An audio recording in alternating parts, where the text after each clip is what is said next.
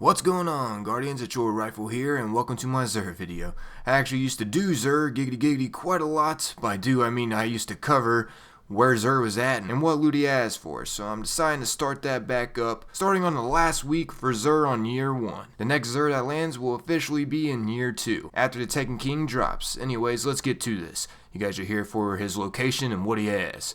He's actually located down here in the Hall of Guardians, in the tower.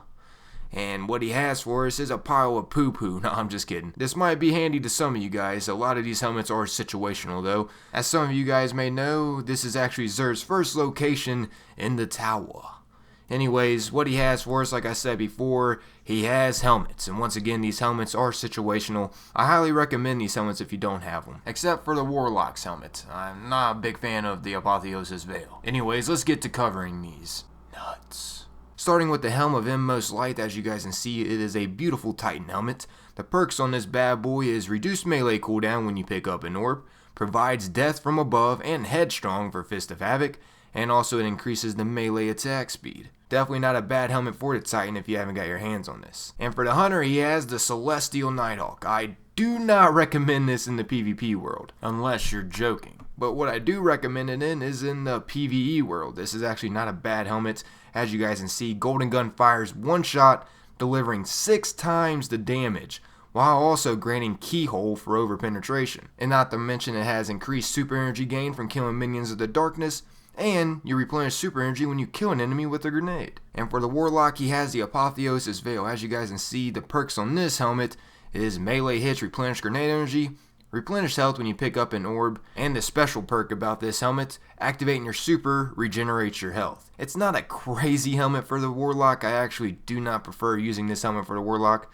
But hey, if you don't have it, I suggest collecting it. But if you're kind of running low on strange coins, I do not suggest buying this. That's just my personal opinion. Don't hate on me for all you Apotheosis Veil lovers. And for the weapon that Xur has, he has the No Land North. I mean, the No Land Beyond. This is actually a fantastic weapon. I mean, a lot of people actually hate on this weapon, but actually if you get used to this weapon and get your shots down right, it can be an amazing weapon. If you actually stack the Master 2 times on this weapon, it can be a one-shot body shot as well. Weapon, weapon, weapon, weapon, weapon, weapon. Yeah, I know I said weapon a lot, but I'm telling you, it is an amazing weapon. This is definitely a majestic exotic. As you guys can see, the perks on this weapon is increased precision damage, which that really has no effect in the PvP world, but it can have some effect in the PvE, but I do not suggest this as a PvE weapon. But that's just my opinion. This is more of a PvP weapon in my personal game style. And also the kills briefly increase the damage against the next target. As I mentioned before, if you actually stack 2 Masters,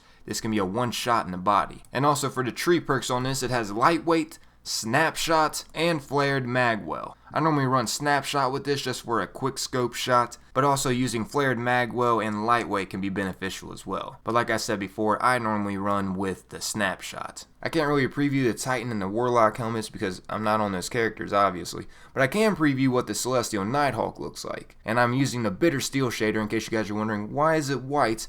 Well, since the 2.0 update, the exotics actually match the shader. And not to mention, when you actually zoom in with this helmet, something pretty cool, the eyes on this helmet actually light up. Once again, this helmet is definitely beneficial in the PvE world. I'm going to say this again, please do not use this in the PvP world. If you do, shame on you. Shame on you. But yeah, for this Xur week, I just ended up buying a bunch of exotic engrams. I'm actually not going to decrypt them quite yet. I'm going to wait for the Taken King to drop, and then I'm going to do a huge opening for exotic engrams for you all to enjoy. And I also decided to buy some heavy ammo as well. As you guys can see, you actually get 3 heavy ammo with 1 strange coin. So that's nice in my opinion. Might as well stack up on some more heavy for the Taken King. Overall though, Xur's loot in my opinion is garbage this week. But that's just my personal opinion, just because I've already gotten all these exotics. But hey, some of you guys might actually find this loot beneficial to you all, especially if you don't have your hands on some of these exotics. But yeah, I guess that's about wrapping up Xur's location and what he has in store for us. If you guys would like me to continue covering Xur, then please remember to leave a like. It is much appreciated by your old Rifle. But once again, I'm out of here. This has been your Rifle. As always, remember to stay safe, Guardians, and don't sleep and pee because that's just wrong. Unless you have a personal problem, well then hey, I'm not trying to judge you. That just sucks. So just ignore what I just said right there. It's all fun and games until things get personal. And then here comes the hate, like, Rifle, how dare you? How dare you? Once again, it's just a joke. It's just a joke, everybody. But anyways, hopefully I see you all in my next Destiny video. Peace.